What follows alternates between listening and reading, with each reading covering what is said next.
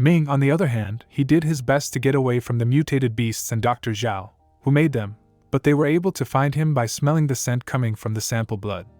This meant that they could follow him even through the complicated streets of the city. Soon, he gets to a gas station and starts pouring fuel all over himself to cover up the smell while he waits for the police.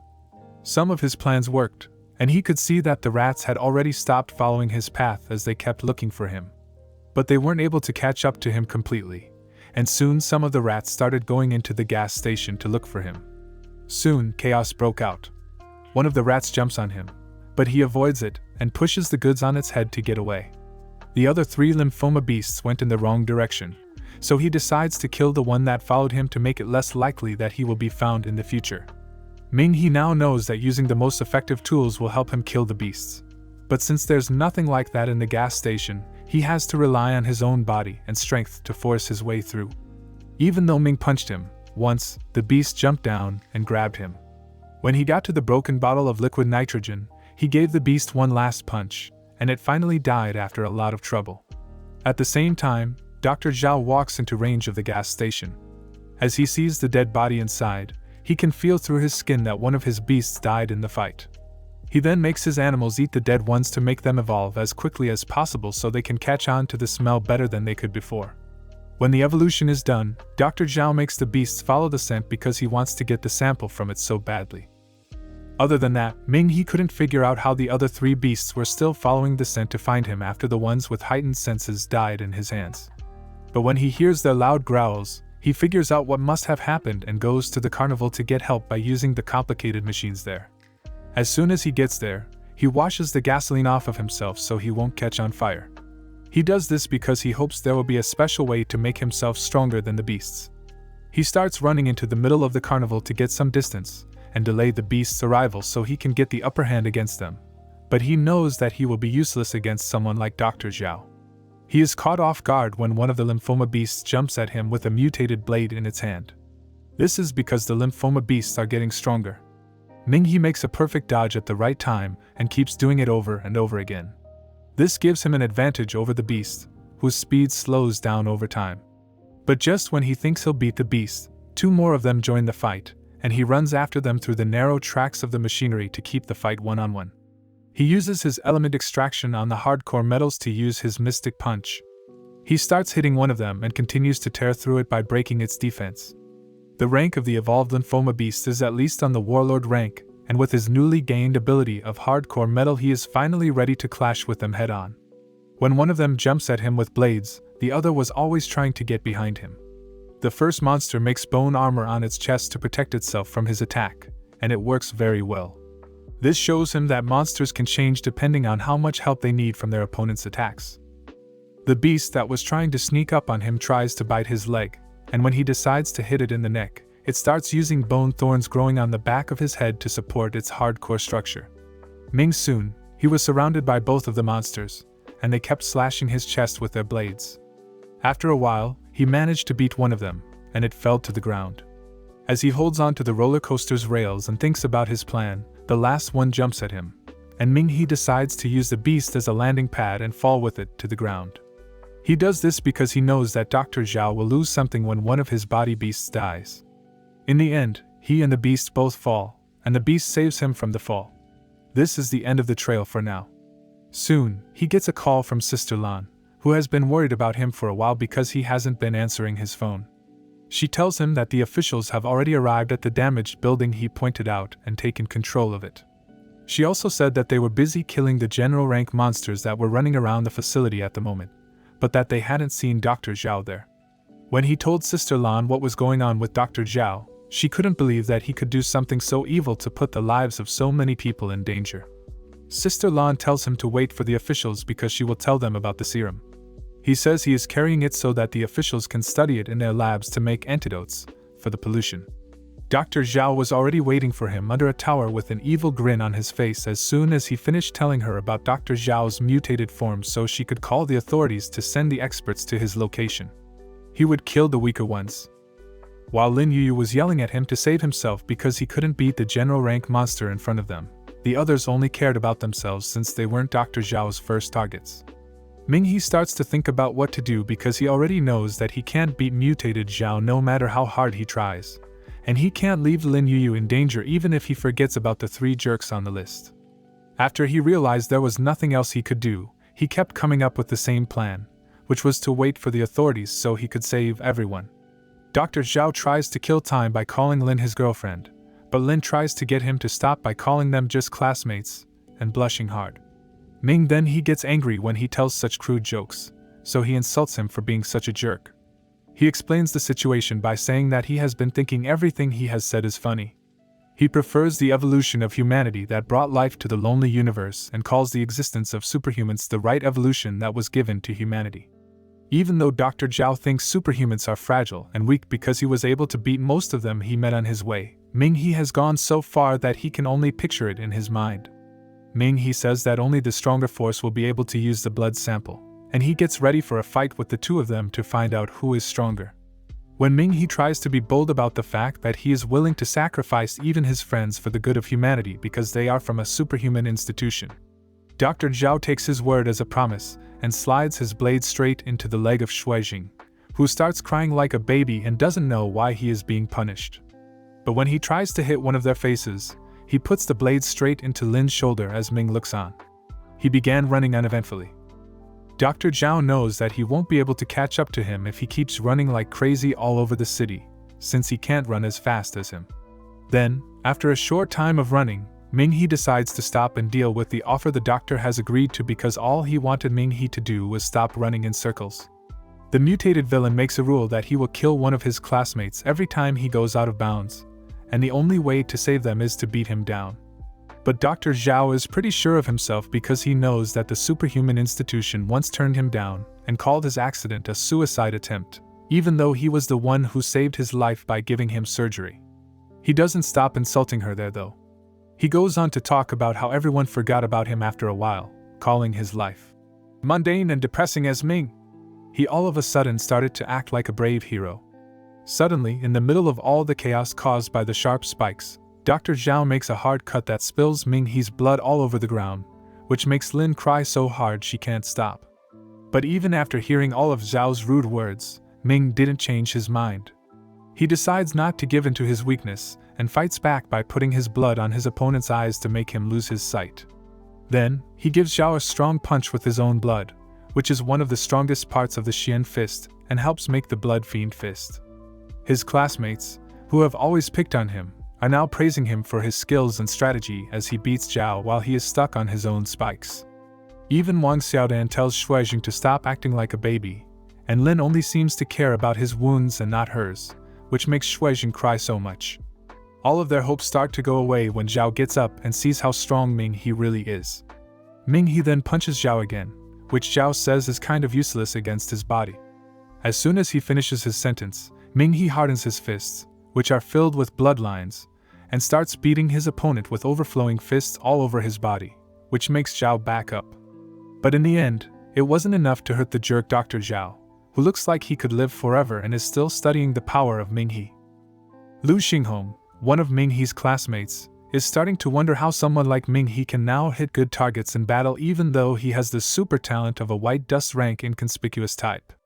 But Wang Xiaodan tells him to shut up. For once, he doesn't care about his talent.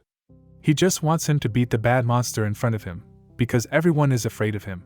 Dr. Zhao is currently building suspense by saying that Ming-He can't really deal with him because he is already on the Lord rank and he is stuck on the Blue Spirit rank with his super talent, which makes him very weak. Zhao enjoyed every insult he threw at his opponent, because his egotistical self only cares about his own skills and thinks badly of everyone else. When he tries to punch Ming-He, their fists meet at the same time. This throws him a long way away, and they start fighting again. Ming-He is thrown into the air by Zhao's last powerful blow. He quickly decides to get the upper hand by using his tightly packed bone needles, but luckily none of them hit him. Because of his hidden superpower, it looks like none of them were able to hit him. This is lucky, because if even one of them had hit him, he would have died for real. Then the worst thing happens. Ming-He made a deal with Zhao that if he left the boundary once, one of his classmates would die, and that's what happened. Lin's life ends too soon when the monster Dr. Zhao kills her. She couldn't even say a word before she died. Ming-He screams in pain and agony because the death of his classmate is so painful. Zhao then makes a joke about how she won't die if she doesn't pull out the bone spear right now because she still has 5 minutes to get help. So that Ming-He can save the life of his classmate, he starts to bleed himself. As he bleeds, he covers his fists with his blood to gather his power. Then they start fighting, and Zhao keeps underestimating Ming-He by judging him based on his talent and rank, even though he keeps losing a lot of blood. He could hardly keep up with his opponent's overwhelming strength, which makes him look like an ant while he's fighting a huge monster. Zhao keeps insulting him about how much money he and his sister have while he gets ready to give him the most damaging blow with the Colossus Hammer Smash. This makes the fight even more dangerous. The blow puts him back outside the boundary, which was about to lead to the death of another of his classmates. It makes Ming-He say that nobody cares about Dr. Zhao, not him, because up to this point, everyone, including his sister and Lin, a friend who Zhao killed, has been doing their best to keep him alive. Also, he explains that every punch he has given him has left a mark on his body, which adds up to 40. When he shows his final move called Star-Marked Galactic Fist, it shows that Ming-He is a Violet Soul rank super talent. At that moment, Zhao could only see his death in his eyes as he kept looking at the crystal clear punches being thrown at him. As he fell to the ground, he was destroyed in an instant. When they saw that their classmate Ming-He could already use his ultimate move, none of his friends could believe that he had always been a Violet Soul rank. As Ming-He started to take their seat away, all they could do was thank him over and over. They thought that the Institute must have been blind on their end. But all Ming-He cares about is whether or not he can save Lin, who is on the verge of dying and has blood all over her mouth just as the police arrive. With Luo Lin's orders, the officials move quickly to secure the area and care for the injured. Ming-He gets treated with the others, and when Luo Lin asks about the sign of Dr. Zhao, who is on the Lord rank of mutation, Lin Qingyu comes in and says that the threat has already been taken care of. Luo Lin, who is aware of her surroundings, tells him to check the idea again because the mutant could be hiding anywhere nearby to wait for a chance to attack again. Lin Qingyu tells him that the mutant's body is lying on the broken peak of the concrete. When she hears the unbelievable fact that there is someone who can kill a Lord rank mutant, she gets nervous and keeps looking around while everyone in Ming-He's class points directly at him. Ming-He says that everyone is telling the truth as he shows the sample of blood that Zhao was trying to release in the water pipes. She couldn't understand how a student could destroy a Lord rank mutant, so she kept asking about it the whole time. Soon, she finds out that Ming-He is the person on the other end of the walkie-talkie who didn't do what she said, but who saved a bus full of people at the Nanjiao hospital. Every official who is there keeps praising him for his brave actions, which saved a lot of people in just 2 days. Then, without wasting a single minute, Luo Lin offers him to join the official superhuman organization as the job is well paid and filled with various benefits, including spending time with colleagues just as pretty as her. Before he can fall to the ground, Luo Lin and her friend grab him. The medical team says that he might be passing out because of the blood loss from the fight injuries caused by Dr. Zhao. While Ming-He starts getting treatment for his injuries, the others arrange the press statement which was necessary after a short victory. The mutated animals in the whole city of Lanyang were wiped out, with a lot of help from Ming-He, who didn't let Zhao pollute the water tank and killed him himself. His work is recognized by the whole country, which was waiting for him to get better after he got out of the hospital, and Nurse Song stayed with him for another 2 days. When he wakes up from being unconscious, she says that she was sent to the hospital because he is the young hero of Lanyang, and she made a special request to the officials. Also, Lin Yu is still in the intensive care unit, but her condition is no longer life-threatening because he saved her at the right time, before it was too bad for her health. Ming-He is very happy to hear that, and people were already waiting for him outside his room after he got better. It looks like Luo Lin brought General Li, who is a member of the official superhuman organization, to meet with him because they need someone like him to protect the country. General Li ends up bowing down to Ming-He on behalf of the official superhuman organization in the city of Lanyang to show how grateful he is. But Ming-He says he only did what he had to do and nothing more. When Nurse Song was taken out of the medical chamber, General Li wanted to have a private conversation with Ming-He, which was easy for him to notice because he was so smart. It looks like his classmates who were there that day told General Li about his fight with Dr. Zhao. He praises Ming-He for being able to overcome the difference in power levels, but he only tries to be humble by saying that he was lucky to win because of his hidden power luck and that he is luckier than most people around him. General Li could tell who he was by how humble he was, because he knew that luck could only protect someone for a short time, but not against a creature that had been changed. As soon as they start talking about how deep Zhao's talks went, and generally says that what Dr. Zhao said about heavenly sovereignty isn't just the ravings of someone who's gone crazy, the air in the room suddenly gets heavy. Generally then talks about the research that was done on the calamity demons that came from meteors. Every meteor contains a creature that is a direct threat to humanity. The first thing that went through the minds of the calamity demons was to kill and kill until all of humanity died, claiming that humans are really the cancer of the universe, proving even a little bit what Zhao said. Generally doesn't seem to agree or disagree with anything about the situation because people are still learning about the universe and superhumans, and cosmologists don't know what to say. But Ming-He thinks that if the universe wanted humanity to disappear, it wouldn't have given them the power of superhumans who can fight against disaster demons. Generally agrees with Ming-He on this point. People still had hope that they would be saved by someone who would fight for them in the end, since the superhumans could protect them from being overrun by the calamity creatures. Ming-He knows that he can't protect everyone around him, but he still wants to protect the people he cares about and is close to. Then generally continued the conversation by saying that their astronomy team had found a meteor called the Goddess that had suddenly changed its path as it exploded above the Earth. Not only that, but Ming-He was near the meteor when it hit the Earth, so he was hurt by it and went into a coma for a year as a result. When asked what he saw after that hit him, he could only see a bright light filling the sky as his awareness slowly faded away on its own. When Ming-He asks about calamity demons, generally tells him that they judge them based on how dangerous they are. He says that the recent problem with mutant demons was a grade 3 calamity that was about to become a grade 6 calamity, which shocks Ming-He. Then, everyone is confused when generally says that the main thing they are focusing on is the calamity demon called Goddess, which research shows must be in grade 9. The monster-like destructive power can spread over provinces and threaten all of South China, just like a grade 8 monster did 5 years ago when it caused the Emperor-class calamity beast to appear.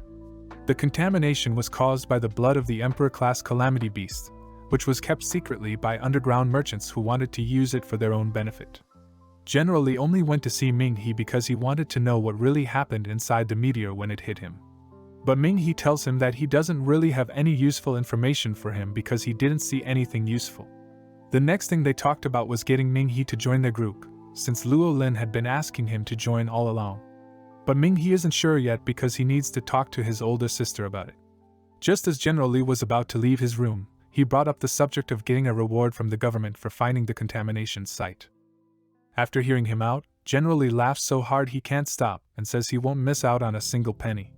When he starts to meditate on his internals, he sees the goddess in his mind, who was painted as the grade 9 disaster for humanity. The goddess says that he might be looking down on her by saying that she is at least in grade 11 and that she has really come here to destroy humanity. The universe is already in trouble because of people's greed, which is the only reason she came here.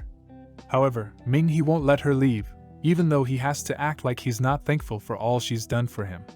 But Ming-He doesn't think about anything because they are now sharing the same body, and if he dies, she will die too because when the accident happened, they were somehow joined. But Ming-He saw something different in her than what General Li said. She cared about living more than anything else, so she shared his body to stay alive.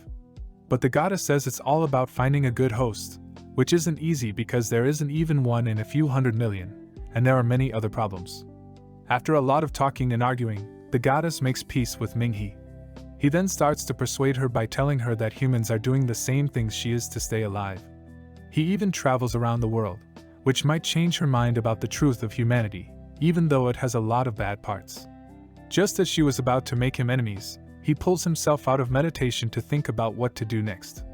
Ming-He now knows what will happen if he tells anyone else what he knows, because she will explode right away if he does. He knows that the only way to fix things might be to change her, which would be like fixing a grade 9 disaster, so he needs to get along with her. When Ming-He gets out of the hospital, the press and media keep putting pressure on the hospital entrance to get him to do an interview. Ming-He wears a mask to hide his identity, but when he is asked to speak in front of the whole country, he just says that he was trying his best to protect the people close to him because the officials were the ones who killed most of the mutant creatures. Everyone in the country, including Lin's other classmates, and everyone else in the country, watched the interview because it made everyone cry. When the interview is over, Ming-He goes to the park where his sister was selling ice cream for the day. He has the money that the officials promised him. It looks like his sister doesn't know that he's back in the hospital, which could make her sick with worry. Then, they try to sell ice cream together because Ming-hee will take her out to a big meal for the day if she keeps talking about some hero who saved the city. But she doesn't know that she's talking about her brother. Luo Lin was there and saw the whole thing. He was impressed by how grateful and humble Ming-hee was, since he didn't want to be in the spotlight even though he was helping to run his older sister's business. This is because they don't have set hours to protect the city because they can join any other superhuman group. Since his fees for the superhuman institution weren't going to be cheap, Luo Lin wanted him to know that he could easily pay them by joining the Dragon Tooth, which helped him since he wasn't in the best financial shape. They soon ended the call by saying they were excited to work together. When the call is over, when his older sister gets home from work, she asks him who called him. When Ming-hee doesn't tell her all the details, but he does say that from now on, they'll be able to live better and even buy a house. This makes her happy, and they start their day by going to a seafood restaurant to celebrate. When they're done eating and shopping, they keep looking for a house. His sister tells him that if he ever meets the man who saved the city, he should be thankful for what he did because he could have run away to save his own life. But he didn't because he wanted to protect everyone around him by staying. She says that he is the reason why the children and civilians can now live happily in their freedom because he helped the officials fix up the city. Ming-hee says he will do that for her sister, but he knows that he doesn't need to thank himself because he will one day risk his life to save people like his sister. Because of the new situation, he has to train every day while he studies and gets hands-on training. In his meditation, he faces off against a similar being made by the goddess. The goddess says that once he reaches the Sunblaze rank and can release his absolute domain Xian Fist, it will become the Red Sovereign talent and be able to help him fight beings like Dr. Zhao as if they were just an ant in front of him. Just like everyone else, Ming-hee is a human with very strong fists, while the others use fire manipulation and wind control to fight. He got the Violet Soul talent, which gave him the power of star-marked galactic fists. Depending on their skill levels, the other people have abilities like the Call of Flames, Whirling Cyclones, and Dancing Thunder. When he tried to learn about Red Sovereign talents, the teacher stopped him because superhumans can only learn that when they go to their superhuman institute. The Red Sovereign talent is like a game where the rules are set by someone else. When Ming-hee asked the goddess to simulate it, she quickly turned him down because he still has a long way to go to reach the perfection of his ultimate soul art because he has to learn enough about it. Since his ultimate soul art needs a certain number of soul marks to work, the only reason he is still alive is because he left at least 49 soul marks on the mutated Zhao when he was fighting him. The goddess then says that leaving more marks will help him get stronger, since 49 is the minimum number of uses for the ability, and he can use his explosive fist to add more marks. He only has to worry about planning his training carefully, which will help him use the Xian Fist's ultimate soul art a lot sooner than expected. Then, a month later, Ming-hee uses the train to go to Nanda's NXX to take a test. His older sister comes with him to say goodbye. In the Nanda Shishan industrial zone, a dark red fog covered the whole area. This scared the guards on duty, who were afraid to look inside to see what happened to the old man who was working there. Also, the whole place is cold, even though it's not even September yet. This makes them go back in fear, even though something scary was staring right at them. Even though they've been using the same road for decades, they somehow end up on the wrong path when they go back outside. When one of them turns around, he hears a strange noise that sounds like a monster is eating his pale and frail coworker. As his coworker was begging for his life to old Wang, all he could do is run away in fear with tears in his eyes as he has never expected to see something so sinister in his whole life. That concludes part 2 of this recap. Please don't forget to like and subscribe. What will happen next? If you would like to see a part 3 of this manhwa, let us know in the comments section below. Till next time.